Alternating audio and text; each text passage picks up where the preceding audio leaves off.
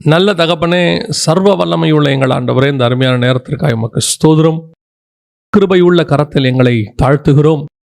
பலவீனமானவர்களை கொண்டு பலமான காரியங்களை நடப்பிக்கிறவரே, இல்லாதவைகளை கொண்டு இருக்கிறவர்கள் போல அழைக்கிறவரே, தேவனாகிய கர்த்தர் இப்பொழுதும் எங்களோடு கூட உம்முடைய வார்த்தைகளை நீர் பேசுவீராக. எங்கள் பலவீனமான எங்களை கொண்டு கர்த்தர் நீர் இடைபடுவீராக. பாவிகளை கொண்டு பரிசுத்த தேவன் வெளிப்படுவீராக. மரிக்கிறவர்களை கொண்டு ஜீவனுள்ள தேவன் வெளிப்படுவீராக. ஜீவனுள்ள வார்த்தைகளை தருவீராக. கிருபையுள்ள கரத்தில் எங்களை தாழ்த்துகிறோம். நீங்க பேசுங்கப்பா, நீங்க இடைபடுங்க. எங்கள் ஆண்டவர் இயேசு கிறிஸ்துவின் நாமத்தில் ஒப்பு கொடுத்து ஜெபிக்கிறோம் ஜீவனுள்ள நல்ல பிதாவே. அல்லேலூயா. லூக்கா எழுதின சுவிசேஷம் 4ஆம் அதிகாரத்தில் இயேசு கிறிஸ்து பிசாசினால் சோதிக்கப்படுவதற்கு அந்த நாட்களில் அவர் வனாந்தரத்திற்கு கொண்டு போகப்பட்டார். 40 நாட்கள் இயேசு கிறிஸ்து உபவாசம் இருக்கிறார். உபவாசம் இருந்த பின்பு அவருக்கு ஒரு சோதனை வருகிறது. ஆங்கிலத்தில் த டெம்டேஷன்ஸ் ஆஃப் ஜீசஸ் கிரைஸ்ட் என்று சொல்வார்கள். அதாவது அந்த சோதனையை குறித்து சொல்லப்படும். இதில் பற்றி நிறைய செய்திகளை கேட்டுக்கிட்டே வரோம். பலவிதமான வெளிப்பாடுகள், பலவிதமான காரியங்களை தேவ ஊழியர்கள், பரிசுத்தவான்கள் நமக்கு தந்திருக்கிறாங்க. இப்போவும் நாம் அப்படிப்பட்ட ஒரு சில காரியங்களை இதை வாசிக்கும் போது ஆவியானவர் உணர்த்தினவைகளை பார்க்கிறோம். பொதுவாக இந்த செய்தியை எடுக்கும் பொழுது அதில் ஒரு 3 விதமான காரியங்களை அவர்கள் சொல்வார்கள். அதாவது முதலாவதாக ஒரு வனாந்தரத்தில் இருக்கும் பொழுது கல்லுகளை அப்பமாக்கி புசியும் அப்படின்னு சொல்லுவாங்க. அதோட அர்த்தம் என்ன அப்படின்னு கேட்டிங்கன்னு சொன்னால், அவர் முதலாக அந்த பசி உண்டாயிருக்கும் பொழுது தன்னுடைய மாம்சத்துக்கான தேவைகளை குறித்து அந்த இடத்துல பார்க்கப்படுகிறது. அதை வசனத்தினாலே இயேசு ஜெயித்தார் அப்படின்னு பார்க்கிறோம்.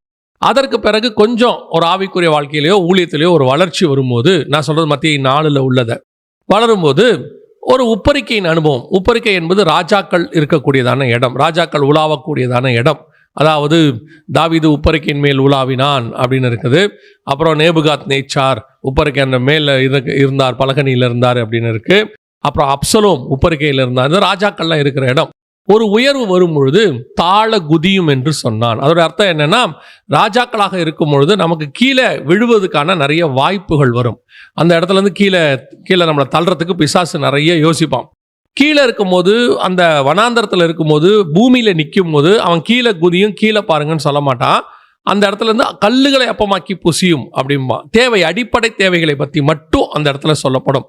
உன் வயிற்றுக்கு தேவையானது, வாழ்க்கைக்கு தேவையானது, ஊழியத்தை ஆரம்பிக்கிற புதிதில் நாம் அதுக்கான தேவைகளுக்கு ஓடிக்கொண்டிருக்கும் போது அதிலிருந்து வழிவிலக பண்ணுறதுக்கு வார்த்தையை விட்டுட்டு அப்படி வேற பக்கம் திருப்ப பிசாசு முயற்சி பண்ணுவான். அப்போ ஆண்டவர் சொல்வார், நான் இந்த கல்லுகளில் அப்பமாக்கி அல்ல, கர்த்தருடைய வசனத்தினாலே பிழைக்கிறவன். அதுதான் பேசிக். ஊழியத்தின் பாதையிலும் ஆவிக்குரிய வாழ்க்கையிலையும் நம்மளை ஒரு ஒரு குடும்ப தேவை, வீட்டு வாடகை, இந்த மாதிரி எவ்வளோ பேசிக்காக இருக்கும் அடிப்படை. அது கூட கொஞ்சம் கஷ்டம் வரும் ஆரம்பத்தில். ஊழியத்தின் பாதையில் வரும்போதோ, ஆவிக்குரிய வாழ்க்கையை நீங்கள் ஆண்டவர் ஏற்றுக்கொண்டு வரும்பொழுதோ கொஞ்சம் வனாந்தரம் வரதான் செய்யும். அதில் கூட வசனத்தை உறுதியாக பிடிக்கிறவங்க அதை தாண்டி வந்துடுவாங்க. அதுக்கு அடுத்து நீங்கள் போகும்போது கீழே குதிக்க சொல்லுவான். இது உங்களை ரிஸ்க் எடுக்க சொல்கிற அனுபவம். கொஞ்சம் வளர்ச்சி வந்துருச்சு, நம்மளா முடிவெடுத்து அதெல்லாம் பார்த்துக்கலாம், ஆண்டவர் அதெல்லாம் காப்பாற்றிடுவார் அப்படின்னு சொல்லி தைரியமாக செய்கிற சில விஷயங்கள், துணிகரமாக செய்கிற விஷயங்கள். இது 2வது நிலை. இப்போ இதையும் இயேசு ஜெயிச்சிருவார். ஜெயிச்ச பிறகு 3வது மலைக்கு மேலே கூட்டிகிட்டு போவான். மத்திய 4 இருக்கு. மலைக்கு மேலே கூட்டிகிட்டு போவான். இப்போ கூட்டிகிட்டு போய் என்ன செய்வான் அப்படின்னு கேட்டிங்கன்னு சொன்னால், அந்த மலையில் இருக்கிற உலகத்தில் இருக்கிற எல்லா மகிமைகள், பட்டம், பதவி, ஆசை எல்லாத்தையும் காட்டுவான். இது எல்லாத்தையும் காட்டி, இது எல்லாத்தையும் உனக்கு நான் தரேன், என்ன மட்டும் பணிஞ்சு கொள்ளுங்க. இப்போ நாம் பல நேரங்களிலே பிசாசு என்பது உலகத்தில் உண்டானதுக்கு, அதாவது கண்களின் இச்சை, ஜீவனத்தின் பெருமை, மாம்சத்தின் இச்சை, இவையெல்லாம் உலகத்தில் உண்டானவைகள், அந்த பிசாசுக்குரிய காரியங்கள். இதெல்லாம் இதை எல்லாத்தையும் காட்டி, இதை என்ன பணிஞ்சுக்கிட்டா இதெல்லாம் உனக்கு தருவேன் அப்படின்னு அர்த்தம். இது என்ன அப்படின்னு கேட்டிங்கன்னு சொன்னால், ஒரு பீரியடில் நீங்கள் நல்ல ஆவிக்குரிய வாழ்க்கையிலையோ ஊழியத்திலையோ மேலே வளர்ந்த பிறகு எல்லாம் உங்களை தேடி வரும். பட்டம், பதவி, பணம், ஆஸ்தி எல்லாம் வரும். அப்போ வரும்போது பிசாசு இதையெல்லாம் உங்களுக்கு வேணும்னா என்ன பண்ணிக்க சொல்லுவான். பல நேரத்தில் நீங்கள் அதுக்காக சில வளைஞ்சு கொடுக்க வேண்டியிருக்கும், உலகத்துக்கு பின்னாடி ஓட வேண்டியது இருக்கும்.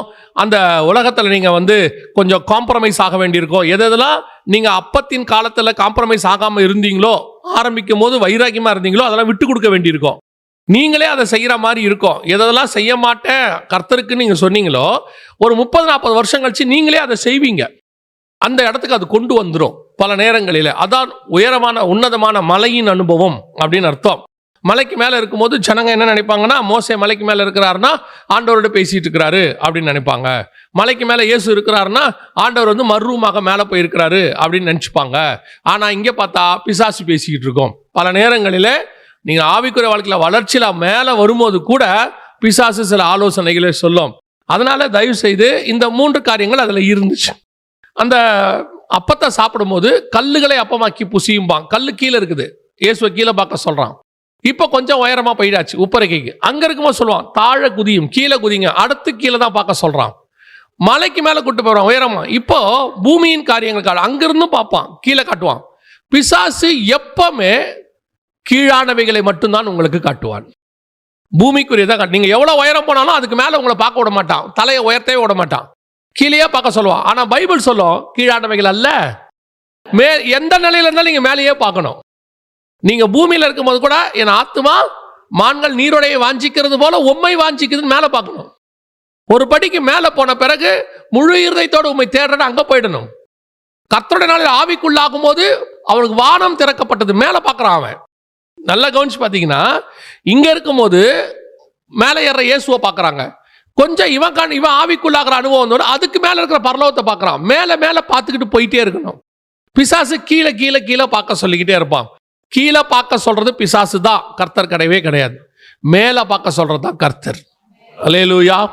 இது அதில் இருந்ததான ஒரு சத்தியம். லூக்கா எழுதின சுவிசேஷம் 4ஆம் அதிகாரத்தில் இந்த ஆர்டர் கொஞ்சம் மாறுது. இப்போ மத்தேயுல பார்த்தீங்கன்னு சொன்னால் முதல்ல அந்த இடத்துல வனாந்தரத்தில் போய் கல்லுகளை அப்பமாக்க சொன்னால், அடுத்து ஆலயத்தின் உப்பரிக்கையில் பரிசுத்த நகரத்தின் உப்பரிக்கை அப்படின்னு இருக்கு, அங்கே கூட்டிகிட்டு போனான்னு இருக்கு.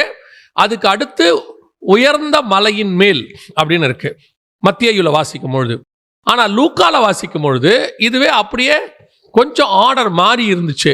அதுக்கும் காரணம் இருந்துச்சு. இப்போ நம்ம பார்த்தது மத்தேயு ஆவிக்குரிய சத்தியம், லூக்கால சொல்லப்பட்டதுக்கும் ஒரு ஆவிக்குரிய சத்தியம் இருந்துச்சு. அதுதான் ரொம்ப ஆச்சரியம் எனக்கு. ஆண்டவர் இந்த ஆர்டரை ஏன் மாற்றி வச்சாருங்கிறத இங்கே வெளிப்படுத்தி கொடுத்தார். இங்கே ஃபர்ஸ்ட் பார்த்தீங்கன்னு சொன்னால் லூக்கா 4:3 தேவனுடைய குமாரனையானால் இந்த கல் அப்பமாகும்படி சொல் என்றான். முதலாவதாக இயேசுக்கு வரப்பட்டதான சோதனை என்ன அப்படின்னு கேட்டிங்கன்னா நம்ம எல்லாருக்கும் தெரிந்தபடி அவருக்கு பசி உண்டாயிற்று. ஒரு பசி இருக்கு. இந்த பசி என்ன? பொதுவாக 2 இடத்துல தான் இந்த மாதிரி நம்ம பார்க்கிறோம். சில 3 இடங்கள்ல இருக்கும். குறிப்பாக 2 இடத்துல இயேசு கிறிஸ்து 2 இடத்துல இது மாதிரி பசி வருகிறது. ஒன்று இங்கே, இன்னொன்று வந்து எருசலேமுக்கு நுழையும் பொழுது அத்தி மரத்தில் கனியை தேடினார் அப்படின்னு சொல்லி நம்ம பார்க்கிறோம். இந்த இடத்துல பசி வரும்போது 40 நாள் அவர் புசியாமல் இருக்கிறார், உபவாசம் இருக்கிறார். இருக்கும் பொழுது பிசாசு வந்து கல்லுகளை அப்பமாக்க சொல்றது. இது சாதாரணமாக பார்க்கறதுக்கான ஒரு மிக முக்கியமான ஒரு சம்பவமாக இருக்கு. ஆனால் இதுக்கு பின்னாடி நான் எப்பவும் ஒரு விஷயத்தை விசுவாசிப்பேன். என்னன்னா, இந்த வேதம் உள்ளது உள்ளபடி நமக்கு சொல்லுது அப்படின்னு சொன்னா அது சம்பவங்களின் தொகுப்பு அல்லது சரித்திர புத்தகமாக மாறிடும்.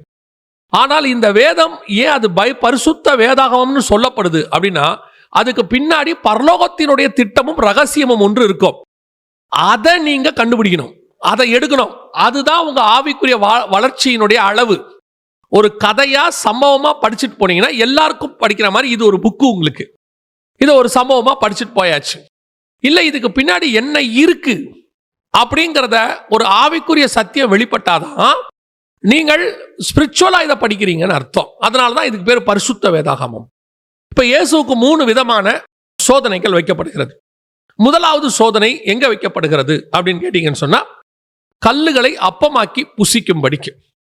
இந்த சோதனை வைக்கப்படுவதற்கு ஃபர்ஸ்ட் காரணம் என்ன அப்படின்னு கேட்டீங்கன்னா, ஒரு மனிதனுடைய முதலாவது வீழ்ச்சி, ஃபர்ஸ்ட் வீழ்ச்சி, முதல் பிரமாணம் எங்க ஏற்பட்டது அப்படின்னு பார்த்தீங்கன்னு சொன்னா ஏதேனிலே ஏற்பட்டது. ஏதேனிலே ஏற்பட்டதான அந்த வீழ்ச்சி எதனால ஏற்பட்டது அப்படின்னு பார்த்தீங்கன்னா இதே சம்பவம் அங்கேயும் அப்படியே வேற விதமா இருக்கிறத உங்களால பார்க்க முடியும். அதாவது இங்கே இயேசு கிட்ட அவன் வந்தான் வனாந்தரத்துக்கு. அங்கே தோட்டத்துக்குள்ள 1ஆம் ஆதாம், இவர் 2ஆம் ஆதாம் வருகிறாங்க. வந்த உடனே அவரை பார்த்து சொல்ற வார்த்தை என்ன அப்படின்னா, அந்த ஆதாம் ஏவாள் 2 பேரை பார்த்து தான் அங்க சொல்ற வார்த்தை என்னன்னா, இந்த பழத்தை புசிங்க அப்படின்னு சொல்றான். இங்க இயேசுவை பார்த்து என்ன சொல்றான்? கல்லுகளை அப்பமாக்கி புசியும். 2 பேருக்கும் ஒண்ணுதான். இதை சாப்பிட்டீங்கன்னா இப்ப இயேசு இதை சாப்பிட சொல்றான். ஏன்னா அவர் பசியில் இருக்கிறாரு, அதனால அவரை பார்த்து சாப்பிட சொல்றான். இது எதற்காக கொடுக்கப்பட்டது அப்படின்னு கேட்டீங்கன்னா, முதலாவதாக இப்போ இந்த கல்லுகளை அப்பமாக்கி இயேசு புசிக்க ஒருவேளை அவன் பேச்சை கேட்டு செஞ்சிட்டாருன்னா, அவனுக்கு கீழ்ப்பட்டு அதை புசித்ததுக்கான அது அடையாளம். இப்போ இயேசுக்கு பசியும் இருக்கு, கல்லுகளை அப்பமாக்குகிற வல்லமையும் அவருக்கு. ஏன்னா அவர் மண்ணையே மனுஷனா மாத்தினவர். கல்லை அப்பமாக்குறது அவருக்கு ரொம்ப ஈஸி. ஆனால் இந்த இடத்துல வசனம் என்ன சொல்லுதுன்னா, 4வது வசனம் வாசிங்க. அவர் பிரதியுத்தரமாக, மனுஷன் அப்பத்தினாலே மாத்திரமல்ல ஒவ்வொரு வார்த்தையினாலும் பிழைப்பான் என்று எழுதி இருக்கிறது. இப்போ இவர் பிழைக்கிறதுக்கு, நீங்க பசி ஆயிட்டீங்க, இப்போ சாப்பிட்றதுக்கு ஒன்றும் இல்லை, இந்த வனாந்தரத்தில் நீங்க சாக போறீங்க, இந்த கல்லுகளை என்ன செய்யுங்க, அப்பமாக்கி சாப்பிட்டுடுங்க. ஏன்னா அவருக்கு அந்த வல்லமை இருக்குன்னு அவனுக்கு தெரியும். ஏன்னா அவர் ஏற்கனவே மண்ணையே பழமா மாத்தினவர், மண்ணையே மரமா மாத்தினவர், பூமியிலிருந்து முளைக்க பண்ணினார். அப்படிதான் இருக்குது. பூமியிலிருந்து எல்லாத்தையும் முளைக்க பண்ண தேவன் இவர்தான், தேவனாகிய கர்த்தர். அப்ப இவருக்கு ஒரு கல்லை அப்பமாக்க முடியாதா அப்படின்னா முடியும். அந்த வாயு, அந்த அதிகாரம் அவருக்கு இருக்கு. இப்ப அவன் சொல்றான், இதை நீர் அப்பமாக்கி புசியும் அப்படின்னும் போது, முதலாம் ஆதாம் இவன் வார்த்தைக்கு கீழ்ப்படிந்து பழத்தை புசித்தான். ஆனா 2ஆம் ஆதாம் இவன் வார்த்தையை மறுத்தர். இதுதான் முதலாவது வெற்றி, முதல் பிரமாணம் அது. அதாவது ஓசியாவின் புஸ்தகத்தில் சொல்லும் பொழுது ஆண்டவர் சொல்றாரு, ஆதாம் என் உடன்படிக்கையை மீறினான் அப்படின்னு. என் உடன்படிக்கையை மீறின ஆதாமை போல அப்படின்னு வசனம் சொல்லும். அதோட அர்த்தம் என்னன்னா, கர்த்தர் அங்க ஒரு உடன்படிக்கை பண்ணி இருந்தாராம். என்ன உடன்படிக்கை பண்ணி இருந்தாரு? இந்த மொத்த ராஜ்யமும் நான் உனக்கு தரேன், சகலவற்றையும் நீ ஆண்டு கொள்ளு, ஆனா நீ ஒண்ணு மட்டும் செய்யணும். அதாவது பார்வோன் யோசேப்பை பார்த்து ஒரு வார்த்தை சொல்லுவார், உங்களுக்கு ஞாபகம் இருக்கும்னு நினைக்கிறேன். நீ எல்லாத்துக்கும் உனக்கு கீழ்பட்டிருக்குது, சிங்காசனத்தில் மட்டும் நான் உனக்கு என்னவா செய்வேன், மேலாக இருப்பேன். அந்த மாதிரி ஆண்டவர் எல்லாத்தையும் ஆதாமுக்கு கீழ்படிச்சிட்டு, ஒரே ஒரு விஷயம் மட்டும் நீ சாப்பிடாத, இதுக்கு எனக்கு என் வார்த்தைக்கு நீ கீழ்ப்படி, அவ்வளவுதான். இந்த மர விஷயத்துல என் வார்த்தைக்கு தான் நீ கீழ்ப்படியணும் அப்படிங்கிறது அங்க விஷயம். இப்ப அந்த ஒரு விஷயத்தை அவன் மேற்கொள்ளணும். யார் சொன்னாலும் அதை அவன் சாப்பிடக்கூடாது. எல்லாம் அவனுக்கு கீழ்பட்டிருக்கு, இது ஒன்று மட்டும் கீழ்ப்படியில. இதை அவன் என்ன செய்யணும், மீறணும். அதாவது யார் சொன்னாலும் அதை மீறி சொல்லணும், மாட்டேன், நான் சாப்பிட மாட்டேன், நான் கர்த்தருக்கு கீழ்ப்படுகிறவன் அப்படின்னு சொல்லணும். இதுதான் அவனுக்கு வச்ச டெஸ்ட். இந்த உடன்படிக்கையை அவன் மீறினான் என்று வசனம் சொல்லுது. ஓசியாவின் புஸ்தகம் 6:7 வாசிங்க. அவர்களோ ஆதாமை போல் உடன்படிக்கையை மீறி அங்கே விரோதமாய் துரோகம் பண்ணினார்கள். இந்த சாப்பிட்டதை தான் கர்த்தர் சொல்றாரு, உடன்படிக்கையை மீறி. என்ன உடன்படிக்கை? எல்லாம் உனக்கு கீழ்பட்டிருக்குதுப்பா, இதை மட்டும் நீ சாப்பிடாம இரு. இதே டெஸ்ட் திருப்பி இயேசுவுக்கும் வைக்கப்படுகிறது. இயேசுவுக்கு எல்லா அதிகாரமும் இருக்கு. இப்ப அவர் பரிசுத்த ஆவியானவர் இறங்கிட்டாரு. பரிசுத்த ஆவியானவர் வனாந்தரத்துக்கு அவரை கூட்டிட்டு போயிட்டாரு. 40 நாள் உபவாசம் இருந்தாச்சு. இப்ப இவர் தேவனுடைய குமாரன், எல்லாம் ஓகே தான். ஆனால் சகலவற்றையும் அவர் அவருக்கு கீழ்ப்படுத்தி இருந்தார். அவரோ அதை கொள்ளையாடின பொருளாய் எண்ணாமல் அவர் அவருக்கு கீழ்பட்டிருந்தார். இயேசு பிதாவுக்கு கீழ்பட்டிருந்தார். அவரோட அர்த்தம் என்ன?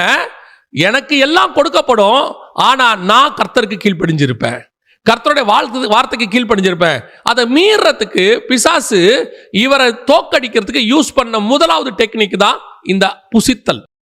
இப்போ நீங்க புதிய ஏற்பாட்டில் இதை எப்படி எடுத்துக்கலாம் அப்படின்னு கேட்டீங்கன்னா, ஆதாமை சாப்பிட வேண்டாம் என்று சொன்னதை சாப்பிட்டார். அதற்கு இன்னொரு வார்த்தையில சொல்லணும்னா அபாத்திரமாய் போஜனம் பண்ணது. கர்த்தர் சாப்பிடக்கூடாதுன்னு சொல்றதை என்ன பண்றாரு, சாப்பிட்றாரு. இப்ப நமக்கும் அப்படி ஒன்று இருக்கு. 1 கொரிந்தியர் 11 இருக்கு கம்யூனியன்ல, அபாத்திரமாய் போஜன பானம் பண்ணாமல். இப்ப நமக்கு என்ன சொல்லப்படுது அபாத்திரமா அப்படின்னா, இங்க நீங்க சாப்பிடணும், ஆனா அபாத்திரமா சாப்பிடக்கூடாது. அதோட அர்த்தம் என்ன? இப்போ நோவாவை பார்த்து ஆண்டவர் ஒரு வார்த்தை சொல்றாரு, ரொம்ப அழகா இருக்கும். 9ஆம் அதிகாரத்துல நோவா எல்லாம் முடிச்சாச்சு, வெளியே வந்த உடனே அவனோட ஒரு உடன்படிக்கை பண்றாரு, பிரமாணம் ஏற்படுத்துறாரு. நியாய பிரமாணம் அங்கதான் ஃபர்ஸ்ட் உருவாக்கப்படுது. அந்த இடத்துல தான் நியாய பிரமாணம் உருவாக்கப்படுது. 9ஆம் அதிகாரத்தை சொல்லும் பொழுது 4வது வசனம், மாம்சத்தை அதன் உயிராகிய இரத்தத்தோட புசிக்க வேண்டாம். அதாவது ரத்தத்தோடு கூட புசிக்க கூடாது என்பது பிரமாணம். இப்ப இங்க ரத்தத்தோடு புசிக்க வேண்டாம் என்பது பிரமாணம். இந்த இடத்துல அவன் சாப்பிடலாம், மாம்சம் சாப்பிடலாம், ஆனா ரத்தத்தோட சாப்பிடக்கூடாது. இங்க சகலவித கனிகளையும் புசிக்கலாம், ஆனா இந்த கனியையும் சேர்த்து சாப்பிடக்கூடாது. நன்மை தீமை அறியத்தக்க கனியையும் சாப்பிடக்கூடாது. அங்கே ஒரு பிரமாணம், இங்கே ஒரு பிரமாணம். இப்ப இவரு என்ன பண்ணாரு? இப்ப நம்ம எல்லாருக்கும் தெரியும், ரத்தம் மாம்சம் இது ரெண்டையும் இயேசு எங்க கொண்டு வர்றாருன்னா, இது என்னுடைய ரத்தமா இருக்குதுன்னு திராட்சை ரசத்தை கொண்டு வர்றாரு. அவருடைய சரீரத்தை மாம்சமா கொண்டு வர்றாரு. இது என்னுடைய மாம்சமா இருக்கிறது அப்படின்னு அப்பத்தை கொண்டு வராரு. சரீரத்தை இது என் சரீரமா இருக்கிறது.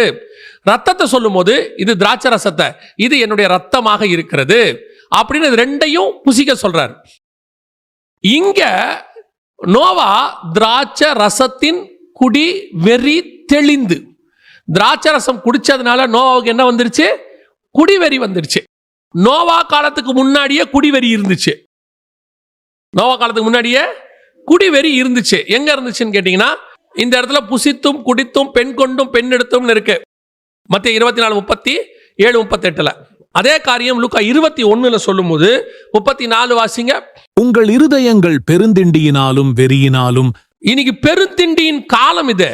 எந்த திரும்பி எடுங்க, ஒரு தெருவை பாருங்க, 10 கடை சாப்பிட்ற கடை தான் இருக்கு. விதவிதமா சாப்பிட்ற கடை. ஒன்று ரெஸ்டாரண்ட்டு, ஒன்று பேக்கரி, ஒன்று இதுக்கு மட்டும், ஒன்று அதுக்கு மட்டும், ஒன்றும் ஜூஸ் குடிக்கிற இடம் எல்லாம் பாருங்க. பெருந்திண்டி பெருசாயிடுச்சு. முந்தி இந்த மாதிரி எதுவுமே இருக்காது. எதா இருந்தாலும் வீட்டுக்கு தான், வீட்டுக்கு போய் தான் டீயோ காஃபியோ மோரோ சாப்பாடோ எல்லாம் அங்கே எது இருக்குதோ இல்லையோ போய் ஒரு ரசத்தையாவது சாப்பிட்டு படுக்கிற காலம் ஒன்று இருந்துச்சு. பெருந்திண்டி. அடுத்து குடிவெறி இருக்கு பாருங்க, அங்கே புசித்தும் குடித்தும் இருக்கு இல்லையா? அதுக்கு லூக்கா 21 என்ன சொல்லுது? உங்கள் இருதயம் பெருந்திண்டியினாலும் வெறியினாலும். இதுதான் நோவா காலத்தில் இருந்தது. வெறி, குடி வெறி. இது எப்ப இருந்துச்சு? நோவா காலத்திலேயே இருந்துச்சு. நோவா காலத்துக்குன்னா ஜலப்பிரளயத்துக்கு முன்னாடி இருந்துச்சு. இப்போ நோவா வசனம் சொல்லுது, நோவா திராட்சை ரசத்தின் வெறி தெளிந்து அப்படின்னு இருக்கு.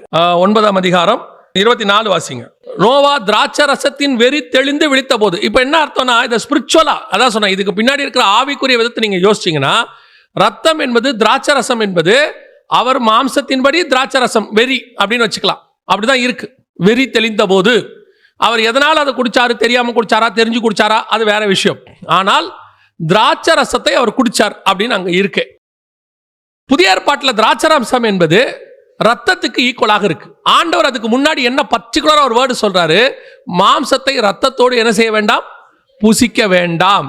அப்ப ரத்தத்தோடு புசிக்க வேண்டாம்னு கர்த்தர் சொன்னதை வெறும் உலக பிரகாரமா நீங்க எடுத்துக்கிட்டீங்கன்னா, நீங்க சாப்பிட்ற எத்தனையோ பொருள்ல ஒரு டாட் ரத்தமாவது இருக்கு. அப்ப ரத்தத்தோடு புசிக்க வேண்டாம் சொன்னது உலக பிரகாரமான காரியமா இருந்தாலும், அதை சொல்றதுக்கு பின்னாடி ஒரு ஆவிக்குரிய ரீசன் இருந்துச்சு. காரணம் என்ன? ரத்தம் என்பது இயேசு கிறிஸ்துவுக்கு வரப்போகிறதான உடன்படிக்கைக்கு அடையாளம். ஆட்டுக்குட்டி ரத்தம் சிந்த போது அதற்கான அடையாளம்.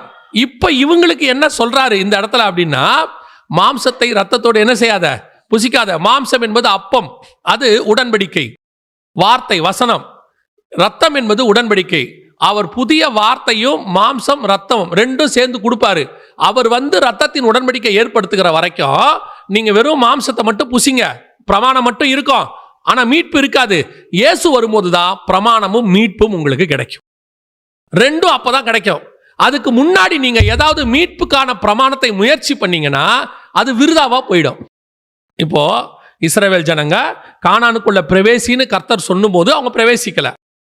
அதுக்கப்புறம் மீட்பு 40 வருஷம் கழிச்சு தான் வரும். அவங்க சுத்தி வந்தாதான் மீட்பு, அப்பதான் உள்ள போனோம். இப்போ அவங்க என்ன பண்றாங்க? இல்ல 40 வருஷம் சுத்த முடியாது, இப்பவே உள்ள போனோம் அப்படின்னு முயற்சி பண்றாங்க. அடி வாங்கினாங்க. கர்த்தர் சொல்லும் போதுதான் மீட்பு வரும். அதுக்கு முன்னாடி மீட்புக்கு என்ன செய்யக்கூடாது? எதிர்பார்க்க கூடாது. இப்ப ஆதாம தோட்டத்தை விட்டு அனுப்புறாரு, அவன் போகல. இப்ப கர்த்தர் துரத்தி விட்டு அப்படின்னு இருக்கு. ஆதியாகமத்தின் புஸ்தகத்தை நீங்க 3:23 வாசிங்க. அவன் எடுக்கப்பட்ட மண்ணை பண்படுத்த தேவனாகிய கர்த்தர் அவனை ஏதேன் தோட்டத்திலிருந்து அனுப்பிவிட்டார். அடுத்து என்ன சொல்லுது? அவர் மனுஷனை துரத்திவிட்டு. அப்ப அனுப்பிவிட்டுக்கும் துரத்தி விட்டுக்கும் என்ன அர்த்தம்? ஃபர்ஸ்ட் அனுப்புனாரு, அவன் என்ன செய்யல, போகல. அடுத்து வசனம் துரத்தி விட்டு ஓடா அப்படிங்கிறாரு. ஏன் ஓடல? நம்ம நிதானிக்கிறோம். உள்ளுக்குள்ள ஜீவ விருட்சம் இருக்கு, இவனுக்கு மரணம் இருக்கு. என கீழே ஆண்டவர் சொல்றாரு, இப்பொழுதும் தன் கையை நீட்டி ஜீவ விருட்சத்தின் கனியையும் பறித்து புசித்து விடு, என்றென்றைக்கும் உயிரோடு கூட இராதபடிக்கு செய்ய வேண்டும். அப்படித்தானே இருக்குது. அப்போ உள்ளுக்குள்ள ஒரு பிரமாணம் இருக்கு, ஜீவனுக்கான பிரமாணம். அதை அவன் மாம்சத்தோடு புசிக்க விரும்புறான். பாவத்தோடு புசிக்க விரும்புறான். அப்படி புசிக்க கூடாது. புசிச்சா என்ன ஆகணும்? அவன் பிசாசா மாறிடுவான். அதனால கர்த்தர் என்ன பண்றாரு? அவனை துரத்தி விட்டார். ஆனா இதே ஜீவவிருட்சத்தின் கனியை ஒரு நாள் தருவார்.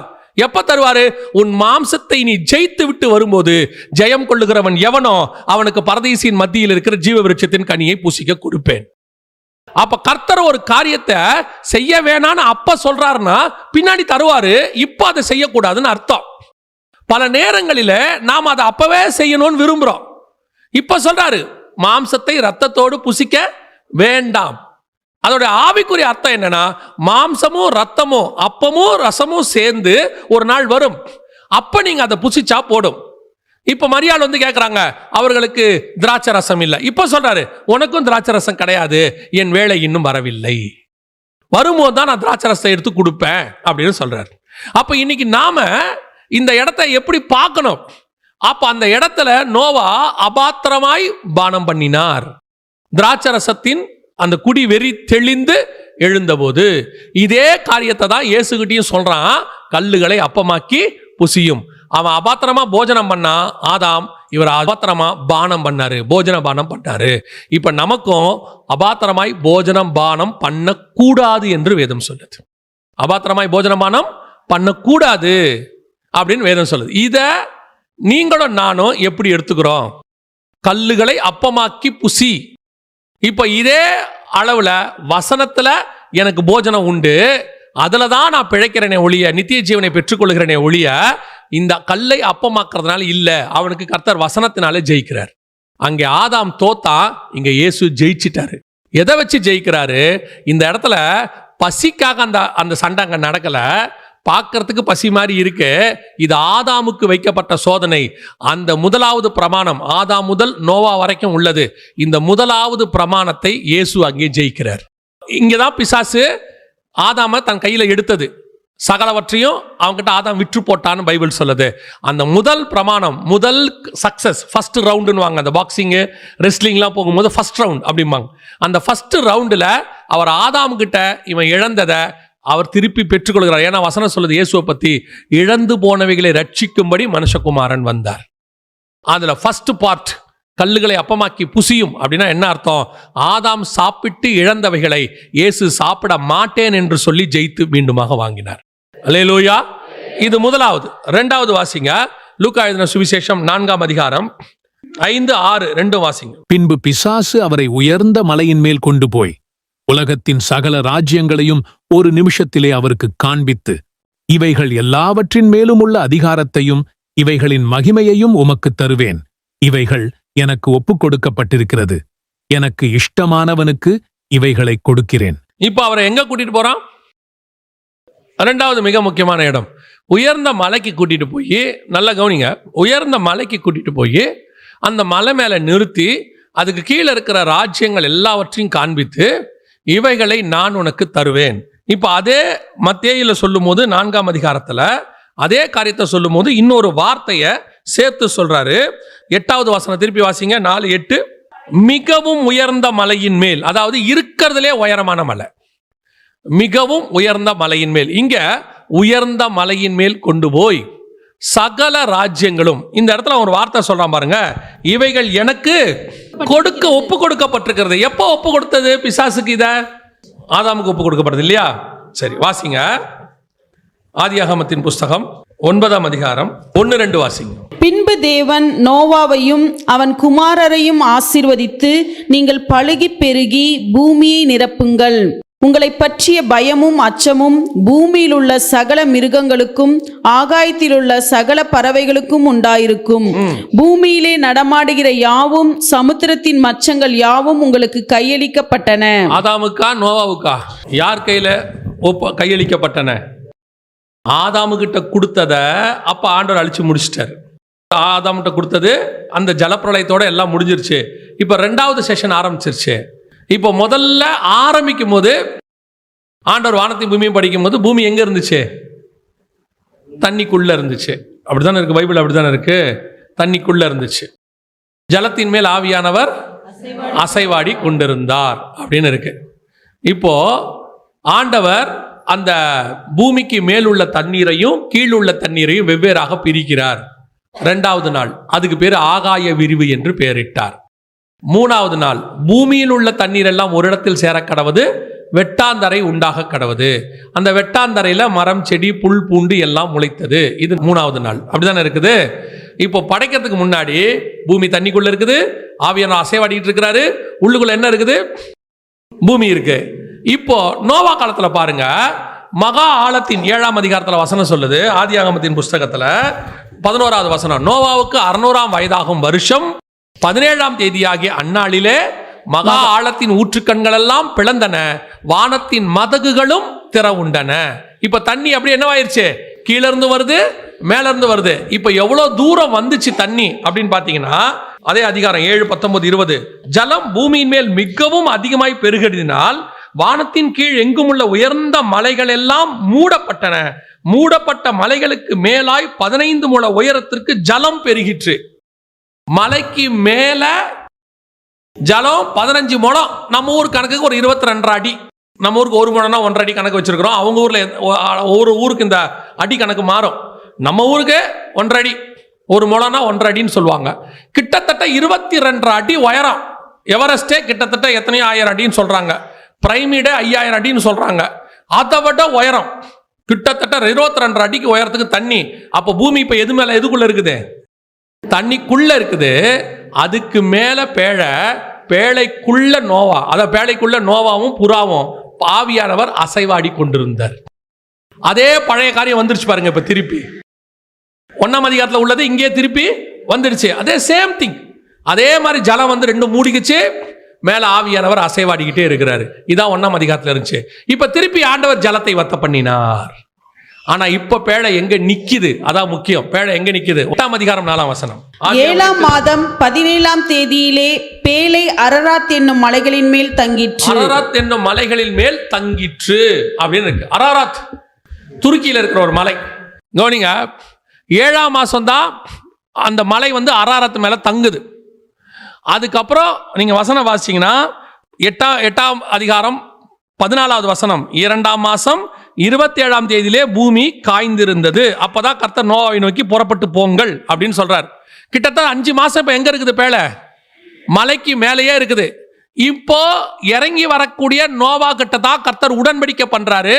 பண்ணிட்டு அவருக்கு கீழே சொல்றாரு, உங்களோடு கூட நான் உடன்படிக்கை பண்ணுகிறேன், அப்புறம் வந்து உங்களை அழிக்க மாட்டேன், ஒரு வில்லு வரும், எல்லாம் சொல்லிட்டு இந்த வார்த்தையும் சொல்றாரு, உங்களை பற்றிய பயமும் அச்சமும் பூமியில் உள்ள சகல மிருகங்களுக்கும் ஆகாயத்தில் உள்ள பறவைகளுக்கும் உண்டாயிருக்கும். பூமியிலே நடமாடுகிற யாவும் சமுத்திரத்தின் மச்சங்கள் யாவும் உங்களுக்கு கையளிக்கப்பட்டன. உங்ககிட்ட கொடுத்துட்டேன். இப்ப இதெல்லாம் யார் கையில கொடுக்கப்பட்டது? நோவா கிட்ட கொடுக்கப்பட்டது. ஆனா நோவா கிட்ட கொடுக்கப்பட்டது எப்படி பிசாசு கிட்ட போச்சு? நோவா கிட்ட கொடுக்கப்பட்டது எப்படி பிசாசு கிட்ட போச்சு? இப்ப ஆதாம் கிட்ட கொடுத்தது எப்படி பிசாசு கிட்ட போச்சு? அவர் என்ன செஞ்சாரு? அபாத்திரமா போஜனம் பண்ணாரு. இதுல ஒரு இப்ப இன்னொரு விஷயத்தை கவனிங்க. அபாத்திரமாய் போஜனம் பண்ணாரு. பண்ண உடனே கர்த்தர் வந்து அவனை பார்த்து கேட்ட முதல் கேள்வி, உனக்கு நிர்வாணி என்று அறிவித்தவன் யார்? இந்த உபதேசம், நீ நிர்வாணியா இருக்கிற அப்படின்னு வந்து ஒருத்தன் சொல்லிட்டு போயிட்டான். யார் சொன்னது? பிசாசு. அது ஒரு உபதேசம். இப்ப யார் நிர்வாணம்? ட்ரெஸ் போடாமல் இருக்கிற ஆளுக்கு பேர் நிர்வாணம். கரெக்டானே? நாம ட்ரெஸ்ஸோட பார்த்ததுனால ட்ரெஸ் இல்லாத ஆளை பார்த்தா நமக்கு என்னவா தெரியுது? சரி. நாயை பார்த்தா நிர்வாணமா தெரியுதா? பூனையை பார்த்தா என்னைக்காவது நிர்வாணமா தெரியுதா உங்களுக்கு? ஏன் நிர்வாணமா தெரியல? ஆரம்பத்துல இருந்தே அது ட்ரெஸ் போடல, அதனால அதை பார்த்தா நமக்கு நிர்வாணமா தெரியல. ஆதாமும் ஏவாளும் ஆரம்பத்துல இருந்தே அப்படி இருந்தாங்க. இப்ப நம்ம நடுவுல ட்ரெஸ்ஸோட எல்லாரையும் பார்த்துட்டு ட்ரெஸ் இல்லாதவங்களை பார்த்தா நமக்கு நிர்வாணமா தெரியுது. அப்ப ட்ரெஸ்ஸிலே இல்லாத காலத்துல நிர்வாணம் ஒண்ணு எங்க வந்துச்சு? நான் கேட்கறது புரியுதா?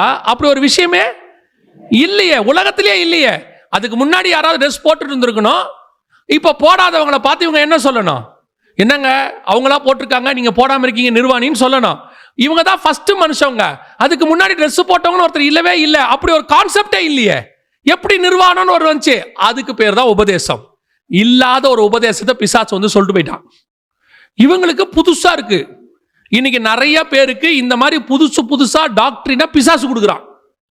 இவங்களுக்கு ஆமா இல்ல, இப்படி இல்ல. ஆண்டவர் கேட்கிறார் அடுத்த கேள்வி, உனக்கு நிர்வாணி என்று அறிவித்தவன் யார்? இந்த விஷயம், இப்படி ஒரு விஷயத்தை உனக்கு சொன்னது யார்ப்பா? இப்படி எங்க இருக்குது, யார் சொன்னா அப்படின்னு சொல்லி உடனே அந்த இடத்துல ஒரு சாபம் வந்துச்சு. கர்த்தர் சொல்றாரு, சர்பத்தை சபித்தார், பூமியை சபித்தார், நீ எடுக்கப்பட்ட மண்ணு சபிக்கப்பட்டிருக்கும். சர்பத்தை சபித்தார், சாபம் வந்துச்சு. அப்படியே இங்க வாங்க நோவா கிட்ட. நோவா திராட்சை ரசத்தை குடிச்சார், வெறி வந்துருச்சு, தெளிஞ்சு எழுந்தார். இப்போ கர்த்தர் அதுக்கு முன்னாடி உடன்படிக்கை பண்ணியிருக்கிறாரு, கையளிச்சிருக்கிறாரு, எல்லாம் இருக்காரு. இப்போ நோவா திராட்சை ரசம் குடிச்ச உடனே நிர்வாணம் வந்துடுச்சு. ஒருத்தன் ஓடி போய் நிர்வாணி என்று அறிவிக்கிறான். யார் அறிவிக்கிறது? நோவாவுடைய பையன் காம் அறிவிக்கிறான். அங்க நிர்வாணி என்று அறிவித்தவன் யாருன்னு கேட்டாரு. இங்க நிர்வாணம் என்று அறிவித்தவன் காம். இவன் போய் சொல்றான், நோவா படுத்திருக்கிறாரு. அங்க ஆண்டவர் அவங்க நிர்வாணத்தை தோல் உடைகளை கொண்டு மூடினார். இங்க சேமும் யாபேத்தும் வஸ்திரத்தை கொண்டு மூடினார்கள். சேம் விஷயம் அப்படியே நடக்கும். சேம் விஷயம் அங்க எப்படி 1ஆம் அதிகாரத்தில் நடந்துச்சோ அதே மாதிரி ஜலப்பிரளயத்தில் நடந்துச்சு. எப்படி 3ஆம் அதிகாரத்தில் நடந்துச்சோ அப்படியே ஜலப்பிரளயத்துக்கு பின்னாடி நடந்துச்சு. இப்போ அங்க அவங்க சாப்பிட்ட உடனே ஒரு சாபம் வந்துச்சுல, மண்ணுக்கும் பாம்புக்கும் சாபம் வந்துச்சுல. இங்க கர்த்தர் கானானை சபித்தார்னு வசனம் சொல்லுது. கானான் சபிக்கப்பட்டவன்.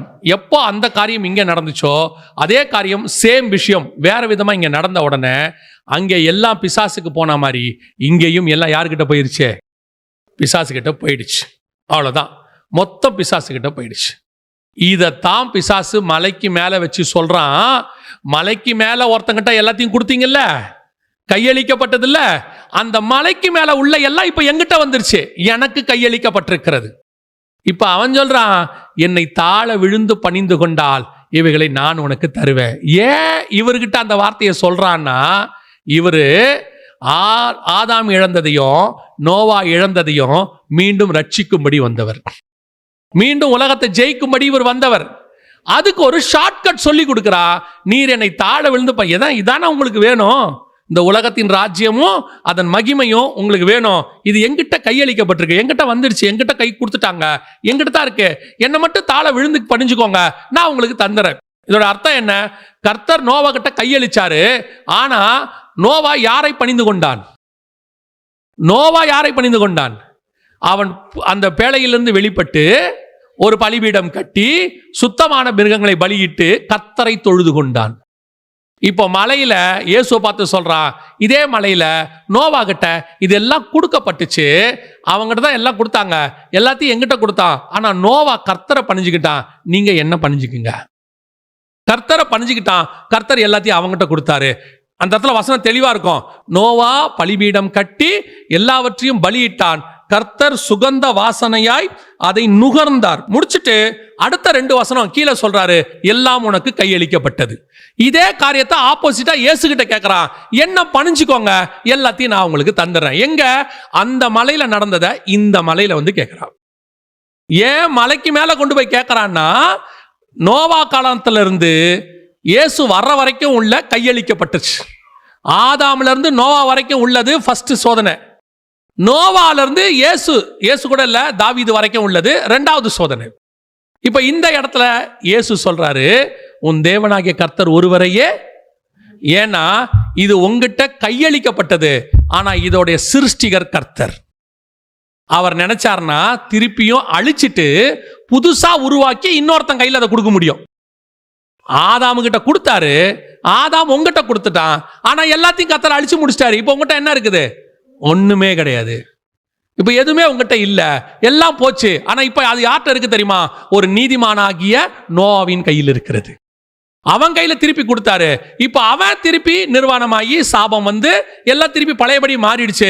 இப்ப அது யாருக்கிட்ட இருக்கு? யாருக்கிட்டையும் இல்ல. இதைய திருப்பி அழிச்சு முடிச்சுட்டு இன்னொரு நீதிமான் கையில் கொடுக்கிற உன் தேவனாகிய கர்த்தரையே பணிந்து கொள்வாயாக. யாருக்கிட்ட இருக்குதோ அவங்ககிட்ட எல்லாம் பணிஞ்சுக்க முடியாது. இதை யாருக்கிட்ட கொடுக்கிறாரோ அவர்கிட்ட பணிஞ்சுக்கணும். அல்லேலூயா. அப்போ யாரை இதை இப்ப இயேசு என்ன சொல்றாரு? எனக்கு இது வேணும், இந்த உலகத்தின் ராஜ்யம் மகிமை. ஏன்னா எல்லாம் பிதாவுது. ஃபர்ஸ்ட் ஆதாம்கிட்ட கொடுத்தோம், நீ வாங்கிட்ட, நாங்க அழிச்சு முடிச்சிட்டோம். திருப்பி ஃப்ரெஷ் ஆக்கி நோவா கிட்ட கொடுத்தோம், அவங்ககிட்ட இருந்து நீ வாங்கிட்ட. இப்ப அவன் சொல்றான், 2 பேர்ட்ட இருந்து வாங்கிட்டேன்ல, இதை வாங்கத்தானே நீங்க வந்தீங்க, என்ன தாழ விழுந்து புரிஞ்சுக்கொள்ளுங்க, நான் உங்களுக்கு கொடுத்துறேன். இயேசு சொல்றாரு, உன் தேவனாகிய கர்த்தர் ஒருவரையே ஆராதனை செய்வாய். ஏன் தெரியுமா? இது இன்னொருத்தங்கிட்ட நீ வாங்கினது. ஆனா இன்னொருத்தனுக்கும் உனக்கும் ஒருத்தர் கொடுத்தாரு, அவரையே நான் பணிஞ்சுக்கிட்டு அவரே எனக்கு இது கொடுத்துருவார். பல நேரங்களிலே நம்ம மீடியேட்டர் தான் தேடி போறோம். அதிகாரத்திற்கும் ஆண்டு கொள்ளுதலுக்கும் என்ன வித்தியாசம்? அதே மாதிரி தான் பைபிள்ல 100க்கு அதிபதி இருக்கான். அவன் சொல்றான், ஒருவன் வா என்றால் வருகிறான், போ என்றால். இப்ப அவன்கிட்ட அந்த அதிகாரம் இருக்கு. ஆனா 100க்கு அதிபதி ஆளுகிற அதிகாரம் ஏரோது கையிலும் பிலாத்து கையிலும் இருந்துச்சு. புரியுதா உங்களுக்கு? இப்ப இந்த இடத்துல பிசாசு கையில் இருக்கிறது அதிகாரம், கையளிக்கப்பட்டது. ஆண்டு கொள்ளுகிறது கர்த்தர். புரியுதா உங்களுக்கு? இப்ப நீங்க அதிகாரி கிட்ட இருந்து வாங்கணுமா, ஆண்டு கொள்ளுகிறவர்கிட்ட இருந்து வாங்கணுமா? ஆண்டு கொள்ளுகிட்ட இருந்து வாங்கணும். ஆனா அதிகாரி சொல்லுவான், பியூன் சொல்லுவான், என்ன சொல்லுவான் தெரியுமா? ஒரு 500 ரூபா கொடுங்க, நான் உங்களுக்கு சர்டிஃபிகேட்டை வாங்கி கொடுத்துறேன். அடுத்து அவன் சொல்லுவான், என்னை மீறி நீங்கள் வாங்கிடுவீங்களா? எப்படி வாங்குறீங்க நானும் பார்க்குறேன். பியூன்ட்ட சொல்லணும், இது பாரு, உனக்கு அவர் ஆண்டு கொள்றவர், அவர்கிட்ட வாங்கிறது வாங்கி கொடுக்கறது உன் வேலையாக கூட இருக்கும். ஆனால் உள்ள உட்காந்துருக்காரு அவர் எங்கள் அப்பா, அவருக்கு நீ எனக்கு தேவையில்லை. நடுவில் நானே போய் நேராக அவர்கிட்ட வாங்கிப்பேன். அதைத்தான் இயேசு சொல்றாரு, உன் தேவனாகிய கர்த்தர் ஒருவரையே பணிந்து கொள்வாயாக. ஏன்? நீ வாங்கி கொடுக்கிறவன், அவர் நேரா கொடுக்கிறவர், அவர் அதிகாரி இல்ல, அவர் ஆண்டு கொள்ளுகிறவர். அல்லேலூயா. இதுக்கு தான் மலைக்கு மேல கூட்டிட்டு போனா. மலைக்கு மேல கூட்டிட்டு போய் ஏன் இந்த காரியத்தை காண்பித்தானா? இது மலையின் மேல் கொடுக்கப்பட்ட அதிகாரம். அந்த அதிகாரம் என் கையில இருக்கு. இதை நீங்க என்ன கேளுங்க, நான் வேணா உங்களுக்கு கொடுத்துறேன். எனக்கு தேவை நீங்க என்ன பணிஞ்சு கொண்டா மட்டும் போதும். அவர் சொல்றாரு, நோவா எந்த மலையில யாரை பணிஞ்சு இதை வாங்கினானோ அவரை பணிஞ்சே நான் அதை வாங்கிக்கிறேன், உன்னை பணிய மாட்டேன்னு அது கூட அர்த்தம். அல்லேலூயா.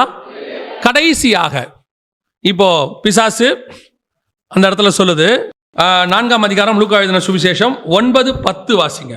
அப்பொழுது அவன் அவரை எருசலேமுக்கு கொண்டு போய் தேவாலயத்து உப்பரிகையின் மேல் அவரை நிறுத்தி, நீர் தேவனுடைய குமாரனே ஆனால் இங்கே இருந்து தாழ குதியும், ஏனெனில் உம்மை காக்கும்படிக்கு தம்முடைய தூதர்களுக்கு உம்மை குறித்து கட்டளையிடுவார் என்றும், உமது பாதம் கல்லில் இடராதபடிக்கு அவர்கள் உம்மை கைகளில் ஏந்தி கொண்டு போவார்கள் என்றும் எழுதியிருக்கிறது என்று சொன்னான். நல்லா கவனிங்க, இது தேவாலயத்தின் உப்பரிக்கையின் மேல் கொண்டு போய் அப்படின்னு இருக்கு.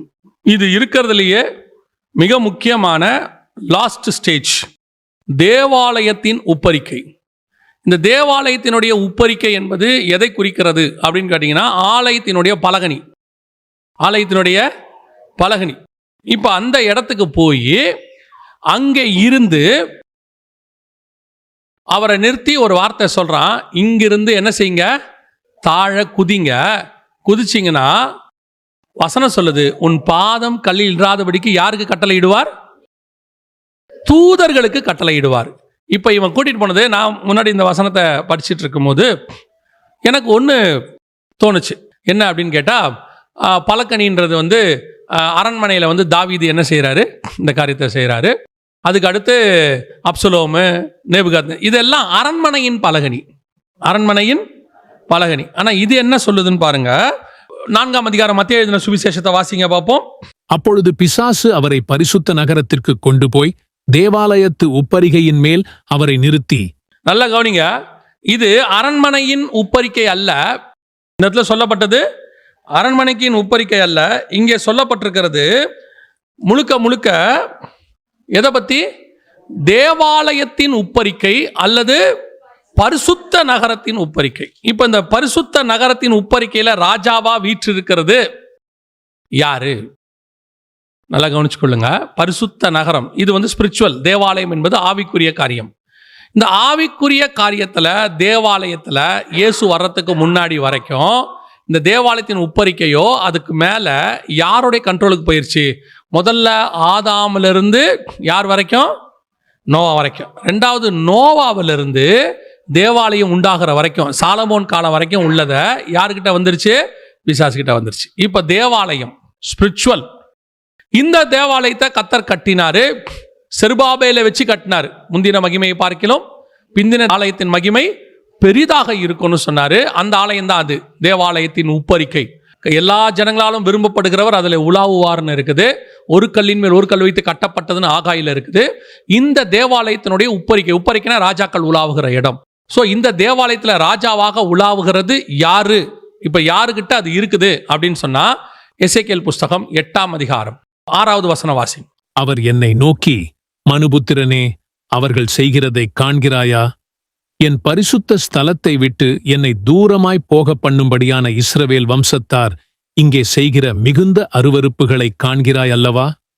இதிலும் அதிக அருவருப்புகளை இன்னமும் காண்பாய் என்று சொல்லி, இப்போ இஸ்ரவேல் வம்சத்தார் செய்கிற மிகுந்த அருவருப்புகளை, ஏன்னா ஆலயத்துக்குள்ள யார் வந்துட்டா? பிசாசு வந்துடுச்சு. பிசாசு வந்து உள்ளுக்குள்ள பிசாசு உட்கார்ந்துருக்கு. நீங்க அந்த 8ஆம் அதிகாரத்தில் நீங்க வாசிக்கும் போது 3ஆம் வசனம் வாசிங்க. கைபோல் தோன்றினதை அவர் நீட்டி என் தலைமயிரை பிடித்து என்னை தூக்கினார். ஆவியானவர் என்னை பூமிக்கும் வானத்துக்கும் நடுவே கொண்டு போய் தேவ தரிசனத்திலே என்னை எருசலேமில் வடதிசைக்கு எதிரான உள்வாசலின் நடையிலே விட்டார். அங்கே எரிச்சல் உண்டாக்குகிற விக்கிரகத்தின் ஸ்தானம் இருந்தது. எரிச்சல் உண்டாக்குகிற விக்கிரகத்தின் ஸ்தானம் இருந்தது. எங்க இருந்துச்சு? தேவாலயத்துக்குள்ள இருந்துச்சு.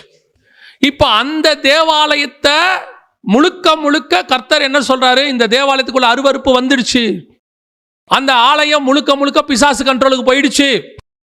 இப்ப இந்த ஆலயத்தின் காரியங்கள் எல்லாம் நடைபெற ஆரம்பிச்சிருச்சு. இப்ப இயேசு வரும்போதும் ஆலயம் எப்படிதான் இருக்குதுன்னா எல்லாம் ஸ்பிரிச்சுவலி பயங்கர காலி. இப்ப அவன் என்ன சொல்றான்? இந்த தேவாலயத்தின் உப்பரைக்கு மேல கொண்டு போயிட்டான். கொண்டு போயிட்டு ஆண்டவரை பார்த்து சொன்ன வார்த்தை தாழ குதியும். ஏன் அப்படின்னு கேட்டிங்கன்னா, எனக்கு நான் தியானிச்சதை உங்களுக்கு நான் சொல்கிறேன். எனக்கு இதை படிக்கும் போது ஒரு காலத்தில் இந்த பிசாசு ஆண்டவருக்கு கீழே இருந்து, அவர் மேலே சிங்காசனத்தில் உட்காந்துருக்காரு, இவன் கீழே தேவனுக்கு முன்பாக நிற்கிறவனாக இருந்தான். கேரூப், காப்பாற்றுவதற்காக உண்டாக்கப்பட்ட கேரூப். இவனைத்தான் கர்த்தர் அங்கிருந்து கீழே தள்ளினார். இவர் தான் அவனை என்ன பண்ணியிருக்கிறாரு? கீழே தள்ளி இருக்கிறாரு. இவன் கர்த்தரை ஆராதிக்க வேண்டியவன், இரவும் பகலும் கர்த்தரை ஆராதிக்க வேண்டிய தூதன். ஆனால் நடந்தது என்னன்னா, நான் ஆராதனை கூட்டத்துக்கு தலைவனாவேன். ஏசாயா தீர்க்க தரிசன புஸ்தகத்தில் 14:13 வாசிங்க. நான் வானத்துக்கு ஏறுவேன், தேவனுடைய நட்சத்திரங்களுக்கு மேலாக என் சிங்காசனத்தை உயர்த்துவேன், வடபுறங்களில் உள்ள ஆராதனை கூட்டத்தின் பர்வதத்திலே வீற்றிருப்பேன் என்றும், நான் மேகங்களுக்கு மேலாக உன்னதங்களில் ஏறுவேன், உன்னதமானவருக்கு ஒப்பாவேன் என்றும் நீ உன் இருதயத்தில் சொன்னாயே. இப்ப இங்க நடந்தது என்ன? அதுல கொஞ்சம் வசனத்தை நல்லா கவனிச்சு பாருங்க. வடபுறத்தில் உள்ள ஆராதனை கூட்டத்தின் பர்வதம், இது சியோனில் இருக்கிறது, பரலோகத்தில் இருக்கிறத சொல்லப்பட்டிருக்கு. அதே மாதிரி பூமியிலையும் கர்த்தருக்கு வடபுறத்தில் ஒரு பர்வதத்தில் ஆராதனை ஸ்தலம் கர்த்தருக்கு இருக்கு. அது எதுன்னு கேட்டீங்கன்னா, எருசலேம் தான் வடபுறத்தில் உள்ள நகரம். அங்க டெம்பிள் மவுண்டன் ஒரு மலை இருந்துச்சு. அந்த மலையில தான் தேவனுடைய ஆலயம் இருந்துச்சு. இப்ப அங்க வேற ஒண்ணு இருக்கு, அந்த இடத்துல ஆலயம் இருந்துச்சு. அந்த ஆலயத்தில் தான் கர்த்தர், செருபாபேல் ஆலயம் அதுதான், அதுல தான் கர்த்தர் உலாவிக்கிட்டு இருந்தார், அதுல தான் கர்த்தர் செஞ்சுக்கிட்டு இருந்தாரு. எல்லாம் நடந்துச்சு. அதுதான் செருபாபேல்ட்ட ஆண்டவர் சொல்வாரு, இப்போ இதே மாதிரி பரலோகத்துல இருந்து அவன் கீழே தள்ளப்பட்டான். பரலோகத்துல 2வது வானத்துல இருந்து அவன் கீழே தள்ளப்பட்டு எதுக்காக? நான் அந்த இடத்துல ஆராதனை கூட தலைவனா இருப்பேன், நான் அந்த இடத்துல உட்காருவேன். அப்படி தள்ளப்பட்டவன் கீழே வந்து இங்க இருக்கிற மாடல், எருசலேம்ல இருக்கிற அவருடைய ஆலயத்தின் மாடல் எது? பரலோகத்தில் இருக்கக்கூடிய வடபுறத்தில் உள்ள சீயோன் பர்வதத்தில் இருக்கக்கூடியதான ஆலயம் மாதிரி இங்க வடபுறத்தில் உள்ள பர்வதம், இங்க எருசலேம் டெம்பிள் மவுண்ட்ல உள்ள ஆலயத்தில் அவன் வந்து உட்காந்துக்கிட்டான்.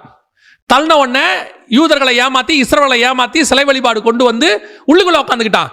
இப்ப இவரு இதையும் ஜெயிக்கணும், இவர் இதையும் வாங்கணும். ஏன்னா இவரு யூதர்களுக்கு தேவனாக மாறணும், மேசியாவாக மாறணும். இப்போ 3வது இவரை கொண்டு போய் என்ன பண்றான்? நீங்க உருவாக்கி வடபுறத்தில் உள்ள இந்த நகரத்தை வாங்க தானே வந்தீங்க, என்னை எப்படி கீழே தள்ளினீங்களோ அதே வார்த்தை இவரை சொல்றா, கீழே குதியும். எந்த இடத்துல இருந்து குதிங்க? உங்க ஆராதனை ஸ்தலத்துல இருந்து கீழே குதிங்க. என்ன ஆராதனை ஸ்தலத்துல இருந்து கீழே தள்ளினீங்கல்ல, இப்ப இதுக்கு தானே வந்தீங்க, என்ன தள்ளினீங்க, நான் பாதாளத்துக்கு போயிட்டேன். உங்களை தான் நீங்க கீழே விழுந்தீங்கன்னா உங்களை காப்பாத்துறதுக்கு ஆள் இருக்குதே, உங்களுக்கு தான் தூதர்கள் 1000 பேர் இருக்கிறாங்களே, என்ன நீங்க தள்ளும் போது தூதரோட கடந்து தள்ளிட்டீங்க, நான் கீழே வந்து விழுந்துட்டேன், பாதாளத்துல விழுந்துட்டேன், என்ன நான் இங்க இருக்கிறேன், ஆனா நீங்க விழுந்தா உங்களை தான் தூதர்கள் காப்பாத்துவாங்களே. அப்படி இவன் செய்ததை அவரை வைத்து செய்வதற்கு, ஏன்னா இவர் விரும்பினது அந்த ஆலயம் அவர் உலாவர ஆலயமாக இருக்கணும். இப்ப இயேசு சொன்னாரு, உன் தேவனாகிய கர்த்தரை பரிசித்து பாராதிருப்பாயாக. உன் தேவனாகிய கர்த்தரை பரிசித்து பாராதிருப்பாயாக. அதோட அர்த்தம் என்ன அப்படின்னு பார்த்தீங்கன்னு சொன்னா, இதை வந்து நம்ம சோதிக்காத அப்படின்னு தமிழ்ல எடுத்துக்கிறோம் இல்லையா, சோதித்து பார்க்காத அப்படின்ற இருக்கு இல்லையா, அதே மாதிரி தான் டெஸ்ட் பண்ணக்கூடாது, ஆராதனை பண்ணக்கூடாது அப்படின்னு நம்ம சொல்றோம் இங்கிலீஷ்ல. அதே இன்னொரு வார்த்தை என்ன சொல்லுது அப்படின்னு கேட்டா, இந்த இடத்துல இருந்து அவரை ரிமூவ் பண்ண பார்க்கறான். அவன் உப்பரிகையிலிருந்து என்ன செய்ய பார்க்கறான், ரிமூவ் பண்ணி, இனிமேட்டு இந்த இடத்துல நீங்க இல்ல, நான் பாதாளத்தில் விழுந்த மாதிரி நீங்களும் பாதாளத்தில் விழுங்க. இப்போ இயேசு சொல்றாரு, உன் தேவனாகிய கர்த்தரை அவரை நீ என்ன செய்யாத, பரிசித்து பாராதிருப்பாயாக. அவரை சோதிக்காதன்னு அர்த்தம். அவர் என்ன செய்யாத, சோதிக்காத. இப்போ எவ்வளோ ஒரு ஆச்சரியம் பாருங்க.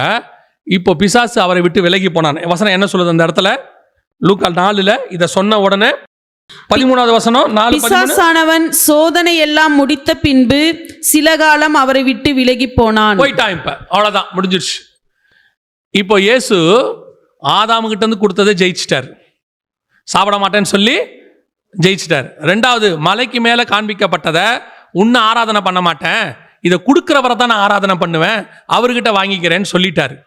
கடைசியா தேவாலயத்தையும் ஜெயிச்சார். எப்படி ஜெயிச்சார் வாசிங்க, யோவான் 10:23 வாசிங்க. இயேசு தேவாலயத்தில் சாலமோனுடைய மண்டபத்திலே உலாவிக் கொண்டிருந்தார். இயேசு தேவாலயத்தில் சாலமோனுடைய மண்டபத்தில், அதான் உப்பரிக்கை, ராஜாவுடைய உப்பரிக்கை, சாலமோன் மண்டபத்தில் உலாவி கொண்டிருந்தார். எந்த உலாவிக்கிட்டு இருந்தாரு, இவன் எங்க இருந்தான், அந்த நீங்க 14ஆம் அதிகாரம் எசேக்கியேல்ல வாசிச்சீங்களே, அவன் எங்க இருந்தான், கர்த்தருடைய இதுக்கு நடுவுல அவன் உலாவி கொண்டிருக்கிறவனாக இருந்தான். யாரு, பிசாசு. எசேக்கியேல் 28:14, நீ காப்பாற்றுகிறதற்காக அபிஷேகம் பண்ணப்பட்ட கேருப், தேவனுடைய பரிசுத்த பர்வதத்தில் உன்னை வைத்தேன், அக்கினிமயமான கற்களின் நடுவே உலாவினாய். அக்கினிமயமான கற்களுக்கு நடுவே நீ உலாவினாய். இவன் உலாவிட்டு இருந்தான் பாருங்க, அதோடைய மாடல் தான் கீழே இருக்கிறது. இந்த மாடல்ல இருந்து அங்கிருந்து இவனை ரிமூவ் பண்ணிட்டாரு. இப்ப கீழே ஒண்ணு உருவாக்கினாரு, பர்வதம், ஆலயம், அவரு. அதுல இவரை தள்ளிட்டு இவருக்கு பதிலா அவன் வந்துட்டான். இப்ப அந்த இடத்துல இருந்து இயேசு திருப்பி உலாவணும், திருப்பி அதை எடுக்கணும், அந்த ஆலயத்தின் பருவத்தை அவர் கையில எடுக்கணும். இப்ப திருப்பி ஆலயத்துக்கு கூட்டிட்டு போறான். நீங்க ஆதாமு கிட்ட இருந்து வந்ததை ஜெயிச்சாச்சு, நோவா கிட்ட இருந்து வந்ததை ஜெயிச்சாச்சு, கடைசியா ஸ்பிரிச்சுவலி ஆலயத்தின் பருவத்தை ஜெயிக்கணும். அந்த இடத்துல இப்ப அவன் சொல்றான், இங்க இருந்து கீழே குதிங்க. ஏன், இதே மாதிரி பரலோகத்துல இருந்து நான் கீழே தள்ளி இருக்கீங்க, என்ன பாதாளத்துல விழுந்திருக்கும். இப்ப இவர் சொல்றாரு, உன் தேவனாகிய கர்த்தரை பரிசித்து பாராதிருப்பாயாக. கர்த்தர் இப்பொழுது பிசாசு சோதனை முடிஞ்சிருச்சு. இயேசு சொல்றாரு, சிலுவைக்கு போறதுக்கு முன்னாடி சொல்றாரு இயேசு, இன்னும் சிலுவைக்கே போல. அவர் சொல்றாரு, திடம் கொள்ளுங்கள், நான் உலகத்தை ஜெயித்தேன். எப்படி ஜெயிச்சாரு, முதல் ரவுண்டிலே இந்த 3ஐயும் ஜெயிச்சு முடிச்சிட்டாரு. இந்த மாதிரி ஒவ்வொன்றா இயேசு ஜெயிச்சுக்கிட்டே வந்துட்டாரு. கடைசியா இப்போ ஆதாமு கிட்ட கொடுத்தது இயேசு கிட்ட தான் இருக்குன்றதுக்கு என்ன ப்ரூஃப் வாசிங்க, முடிக்கலாம். வெளிப்படுத்தின விசேஷம் 1ஆம் அதிகாரம் 5வது வசனம் வாசிங்க. உண்மையுள்ள சாட்சியும் மரித்தோரிலிருந்து முதற் பிறந்தவரும் பூமியின் ராஜாக்களுக்கு அதிபதியுமாகிய. என்ன அர்த்தம், ஆதாமு கிட்ட ஆண்டு கொள்ளுங்கள்னு சொன்னாரு, நோவா கிட்ட கையளிக்கப்பட்டதுன்னு சொன்னாரு. இது எல்லாம் இப்பொழுது இவர் கைக்கு வந்து சேர்ந்து விட்டது என்று அர்த்தம். சகலவற்றுக்கும் இவர் தான் ராஜாவாக இருக்கிறார். ஆதாமு கிட்ட இருந்து வந்ததை, அப்பத்தின் மூலமா அவன் சாப்பிட்டு தோத்ததை இவர் சாப்பிட்டு ஜெயிச்சார். அங்க நிர்வாணத்தின் மூலமா மலைக்கு மேல வந்து கையளிக்கப்பட்டதை இவர் மலைக்கு மேல போய் வாங்கிட்டு வந்துட்டாரு. கட்டப்பட்ட ஆலயத்திற்குள்ள இருந்த உலாவின இடத்தை அவங்கிட்ட இருந்து இவர் வாங்கிட்டாரு. இப்ப இவர் மத்தியஸ்தராக நமக்கு நின்று கொண்டிருக்கிறார். இப்ப கர்த்தர் சொல்றாரு, இது எல்லாத்துக்கும் அதிபதி நானாக இருக்கிறேன். உண்மையுள்ள சாட்சியும் மரித்தோரிலிருந்து முதல் பிறந்தவரும் பூமியின் ராஜாக்களுக்கு அதிபதியுமாகிய இயேசு கிறிஸ்து. இயேசு கிறிஸ்துனுடைய முதலாவது சோதனைக்கு பின்னாடி இந்த 3 வெற்றிகள் இருக்கிறது, இந்த 3 ஜெயம். இப்போ இந்த 3ஐயும் இயேசு ஜெயிச்சிட்டாரு. நம்ம அப்பா எல்லாத்தையும் ஜெயிச்சு முடிச்சிட்டாரு. வசனம் சொல்லுது, நான் உங்களுக்கு எல்லாவற்றையும் கொடுத்தேன். நான் எங்கிட்ட இருக்கிற எல்லாத்தையும் நான் என்ன பண்ணிட்டேன், உங்களுக்கு கொடுத்துட்டேன். அப்போ கர்த்தர் சகலவற்றின் மேலும் நம்மை அதிகாரிகளாக வைத்திருக்கிறார். அல்லேலூயா. என்னைக்கு ஆண்டவராக இயேசு கிறிஸ்துவை சொந்த இரட்சகராக ஏற்றுக்கொண்டு அவருடைய இரத்தத்தாலே கழுவப்பட்டு உள்ளே வந்துட்டீங்களோ, இவர் பூமியின் ராஜாக்களுக்கு அதிபதி. அவனோ தலை நசுக்கப்பட்ட பிசாசு. அவன் தரையிலையும் தோத்தவன், மலையிலையும் தோத்தவன், ஆலயத்திலையும் தோத்தவன். நம்ம ஆண்டவர் தரையிலையும் ஜெயிச்சவரு, மலையிலையும் ஜெயிச்சவரு, உப்பரிக்கையில ஜெயிச்சவரு. அவர் அதற்கு மேலாக காற்றையும் கடலையும் ஜெயிச்ச ஆண்டவர். அந்த தேவன் நம்முடைய தேவனாக இருக்கிறார். அந்த தகப்பன் நம்முடைய தகப்பனாக இருக்கிறார். அப்படி இருக்கும்போது ஏன் உங்களுக்கு பயம்? இன்னைக்கு ஒரு கூட்டம் ஆண்டவருக்கு பயப்படுறதை விட பிசாசுக்கு பயந்துகிட்டு இருக்குது. உங்களுக்கு விரோதமாய் உருவாக்கப்படுகிற எந்த ஆயுதமும் வாய்க்காதே போகும். ஒரு ஆயுதம் கூட வாய்க்காது. கர்த்தர் நம்முடைய இரட்சகர் ஜெயம் பெற்ற தேவனாக இருக்கிறார். அல்லேலூயா. நீங்களும் நானும் அவருடைய பிள்ளைகளாக இருக்கிறோம். நாம் ஜெபிக்க போகிறோம். எந்திரிக்கலாமா? நாம எல்லோரும் தேவ சமூகத்தில். Thank you Jesus. நன்றி ஆவியானவரே. ஒப்பு கொடுப்போமா தேவ சமூகத்தில்? சந்தோஷமாக நம்முடைய ஆண்டவர் ஜெயம் கொடுக்கிற தேவன், வெற்றி சிறந்தார். சிலுவையிலே மட்டும் இல்லை, இதோ திடம் கொள்ளுங்கள், நான் உலகத்தை ஜெயித்தேன். அப்புறம் சொல்றாரு, நான் வெற்றி சிறந்த ஆண்டவர், ஜெயமாய் பிதாவின் வலது பார்சத்தில் உட்கார்ந்து இருக்கிற ஆண்டவர். அவர் நம்முடைய தகப்பன், நம்ம தேவன். அவர் பிதா கிட்ட நமக்காக மன்றாடிட்டு இருக்கிறாரு. உனக்கு ஏன் பயம்? எதை குறிச்சும் பயப்படாதீங்க. எதிர்காலத்தை குறித்து பயம், பிள்ளைகளை குறித்து பயம், பணத்தை குறித்து பயம், வியாபாரத்தை குறித்து பயம். உங்ககிட்ட என்கிட்ட இருக்கிற தேவன் ஆசீர்வாதத்தின் தேவன். நாம சபிக்கப்பட்ட ஆதாமுக்கு பிறந்தவர்கள் அல்ல, சபிக்கப்பட்ட கானானுக்கு பிறந்தவர்கள் அல்ல. நாம் ஜெயிக்கப்பட்ட இயேசுவுக்கு பிறந்த பிள்ளைகள். அவருடைய வித்து நமக்குள் வாசமாய் இருக்கிறது. அவர் நம்முடைய தகப்பனாக இருக்கிறார். அல்லேலூயா. ஒப்பு கொடுத்து ஜெபம் பண்ணுவோமா? Thank you Jesus. சர்வ வல்லமையுள்ள எங்கள் ஆண்டவரே, இந்த அருமையான வேலைக்காய் உமக்கு ஸ்தோத்திரம். முற்றும் முடிய ஜெயமாய் விழுங்கின எங்கள் தேவன், மரணத்தை ஜெயமாய் விழுங்கின தேவன், வானத்தையும் பூமியையும் ஆளுகிற எங்கள் தேவன், சர்வ லோகத்திலும் அதிகாரம் கொள்ளுகிற எங்கள் தேவன், வானத்தின் கீழெங்கும் பூமியின் மேலெங்கும் மேலான நாமத்தை உடைய ஒரு தேவன், அந்த சராசரங்களும் அடிப்பணையக்கூடிய ஒரு தேவன். எங்கள் தேவனாய் இருப்பதுக்காக உமக்கு நன்றி ஆண்டவரே. எங்களுக்கு நீர் தேவனாய் இருப்பதுக்காக உமக்கு நன்றி அப்பா. நாங்கள் இந்த ஜெயத்தை புரிந்து கொள்ள, நாங்கள் எங்கள் அதிகாரத்தை புரிந்து கொள்ள, நாங்கள் எங்கள் சர்வ வல்லமை உள்ள தேவனுடைய பிள்ளைகள் என்பதை அறிந்து கொள்ள கர்த்தர் கிருபை பாராட்டுங்கப்பா. பூமியிலும் ஆண்டவரே மலையிலும் சமுத்திரத்திலும் ராஜரீகம் பண்ணின தேவன் நீர் ஆண்டவரே. உம்முடைய வலது பார்சல் நாங்கள் இருக்கிறபடினால உமக்கு ஸ்தோத்திரம். இந்த வசனம் எங்கள் ஜனங்களுக்குள்ளே கிரியை செய்யட்டும், அவர்களுக்குள்ளே அது விதையாய் மாறட்டும். நீர் அப்படி செய்ய போற தயவுக்காக நன்றி. எங்கள் ஆண்டவர் இயேசு கிறிஸ்துவின் நாமத்தில் ஒப்பு கொடுத்து ஜெபிக்கிறோம். ஜீவனுள்ள நல்ல